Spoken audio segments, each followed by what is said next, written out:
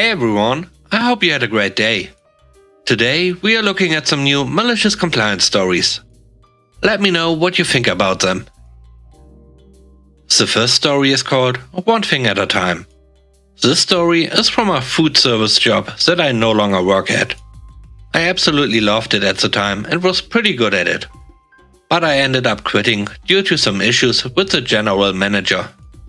At the time of the story, I was a manager in training and knew my way around the store very well. I had the respect of my coworkers and of customers and got along with pretty much everyone. My specialty at the time was working drive-thru. I was working back at the first drive-thru window, which we called bag booth, where the worker confirms the drive-thru order and collects payments. We had recently been told by franchise management that we don't ask customers if they want a receipt. We just hand it to them, and they have the ability to refuse it. It seems harmless enough, but in this case it would have helped the situation. A side note: while most people took orders and cashed out drive-thru one at a time, I was able to do both simultaneously to cut down on time. A customer comes through in a large diesel truck, which anyone who works drive-thru will know can cause issues with hearing the order. This guy had to shout over his truck what he wanted, and then pulled ahead before I could confirm his order. When he got to the window, he pulled out his card and handed it to me before I could confirm again. As I was taking another order, I quickly walked him through his order and total while I was swiping his card, then continued to take another order as I handed him his card and receipt.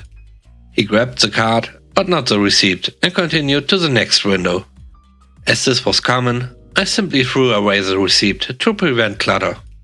Apparently, I entered one of his items wrong, and he called later to complain. He specifically said if she hadn't been talking to someone else the whole time, maybe she would have been able to do her job.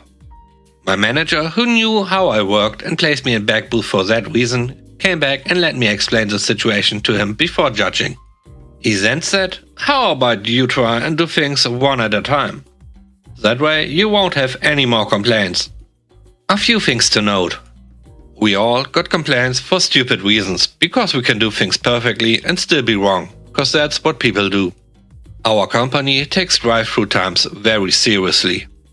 If we went over, say, 150 seconds for a person to start an order to when they left our drive-thru, we weren't being fast enough.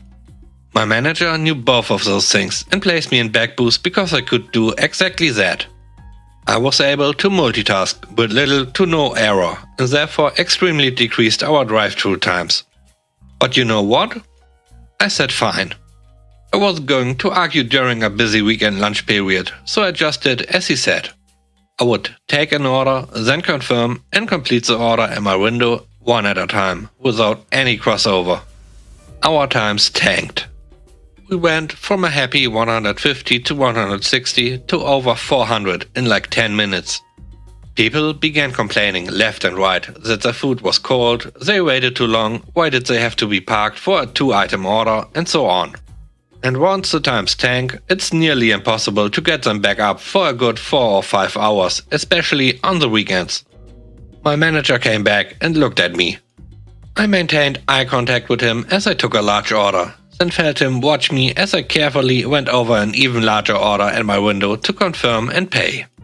I then looked over at him and said, "You said to do them one at a time," with a big smile.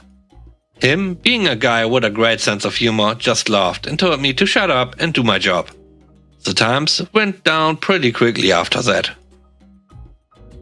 The next story is called Karen, Your Wish is My Command. I got my first job at 16, working in a ski resort's restaurant in the kitchens. I was a line cook. That was my job, but on busy days I'd help bring out food just to keep the plate area clean enough to put more up. This wasn't a particular busy day, but the meal I put up wasn't getting taken out and I couldn't see the waitress. After 5 minutes, I made sure that the only 2 items from my side of the line were the only ones on the ticket and went out to deliver the plates before they got cold. I approached the table with my best smile and chirpy voice and set down the chicken tenders and fries and a Caesar salad in front of a Karen and her child. "What is this? You are not our waitress." I understand and apologize for the surprise. I just wanted to make sure your food wasn't cold before it got to you. Unacceptable! The kitchen staff shouldn't come out of the kitchen. You should do your job. Take this bag. It's probably filthy. I looked at the kid, who was about to dig into his golden fries before his basket was swiped away from his mother and shoved back into my hands. He looked surprised, then like he was about to cry, as Karen shooed me away back to the kitchen. I went back dumbfounded, but the customer is always right. Right? Guess I'll stick to my job in the kitchen. The kid was crying, and Karen just gave him a few quarters to play the cheap arcade games we have in the pit before going to her phone. The waitress wasn't coming back, but I had to do my job, right? My job was in the kitchen. Maybe 30 minutes had passed, and the Karen looked impatient with her kid nowhere to be seen. I assumed he was still in the pit playing games, so I went in the back and took the small set of stairs down to the pit. I left through the pit bar and saw the kid sitting around bored because he spent all his quarters on games. I gave him a fresh basket of chicken tenders and fries because why should the kid suffer because of a horrible mother? I even got him a nice caffeinated pop to then hopefully make his mother suffer throughout the rest of the day with a hyper child. The rest of the hour went by and still no sign of the waitress. The line cooks were getting worried, and as I was getting out to go look for her, the Karen walked out with a child who was bouncing off the walls. I found the waitress in the bathroom, extremely sick. Somehow, no one knew she was there until I went in. She was sent home and the manager ended up waiting tables for the rest of the shift. I hope you enjoyed today's video so far. If you haven't already, please subscribe to the channel. And don't forget to press the like button, it really helps. And now, onto the last story. The last story is called Follow the Contract. A few years ago, I moved back to the city in which I was a university student. As I was now a young professional and had experienced significant issues with housemates in the past, I decided that I would rent a small flat from a reputable agency. They specifically catered for young professionals, such as myself.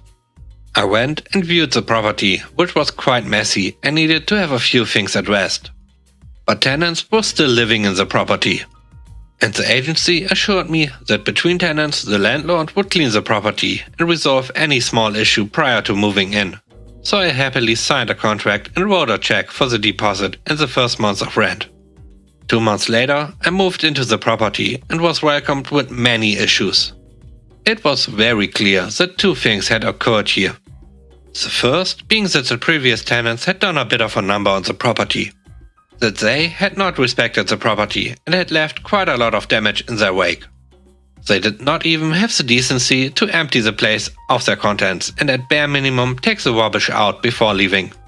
The second issue, however, is that the landlord had evidently not made any significant attempt to bring the property back into a habitable state prior to me moving in. Being the reasonable guy that I was, I called the landlord and asked if he could resolve these issues immediately. Primarily, as the property was generally in a dangerous and non-inhabitable state. I did not want to be a jerk about it, however, at the bare minimum, the flat should be safe to inhabit. The landlord dismissed all of my complaints and stated that his wife had inspected and cleaned the property a few days before, and all was fine. A blatant lie. I told him that I was extremely unhappy with the situation. And he told me to adhere to the contract which I had signed. He subsequently put the phone down. Any sympathy I had for the landlord evaporated at this moment. He was happy for me to live in a dangerous property. So I went through my contract line by line and found two key pieces of information. If a property is deemed to be in breach of fire regulations or is deemed uninhabitable by a suitable representative, it is the responsibility of the landlord to resolve such issues immediately. If the landlord cannot resolve such issues immediately, it is the responsibility of the landlord to provide alternative accommodation to the tenant until the property is returned to a habitable state. Fortunately, a close member of my family at the time was a fellow of the Royal Institute of Chartered Surveyors. Within the hour, I had a formal letter stating that the property was uninhabitable and dangerous. I had this emailed to the landlord. Within 10 minutes, I had a call from him, arranging emergency accommodation at a local hotel until he returned from his business trip 3 days later. On his return, he drove directly to the property from the airport and returned the checks for my deposit and first month's rent to me and asked me to move out, which I gladly did. Unbeknownst to him, a copy of the letter had been sent by my family member to the housing ombudsman and the local authority. The last thing I heard is that this bloke ended up being investigated, heavily fined, and had to sell the house. Thanks for watching the video. I hope you enjoyed it. If you did, please leave a like. And if you want to see more videos, don't forget to subscribe. Have a great day and stay safe. Bye bye.